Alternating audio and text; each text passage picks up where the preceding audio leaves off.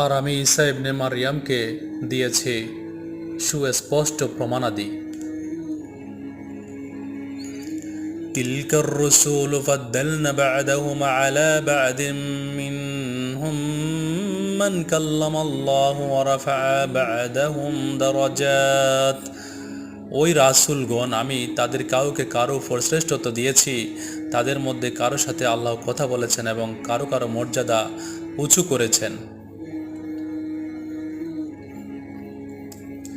وآتينا عيسى ابن مريم البينات وأيدناه بروح القدس।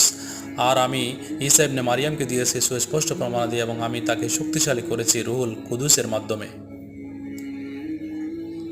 ولو شاء الله ما اقتتل الذين من بعد ما جاءتهم البينات। আর যদি আল্লাহ ইচ্ছা করতেন তাদের পরবর্তীরা লড়াই করত না তাদের নিকট সুস্পষ্ট প্রমাণসমূহ আসার পর। ولكن اختلفوا فمنهم من آمن ومنهم من كفر।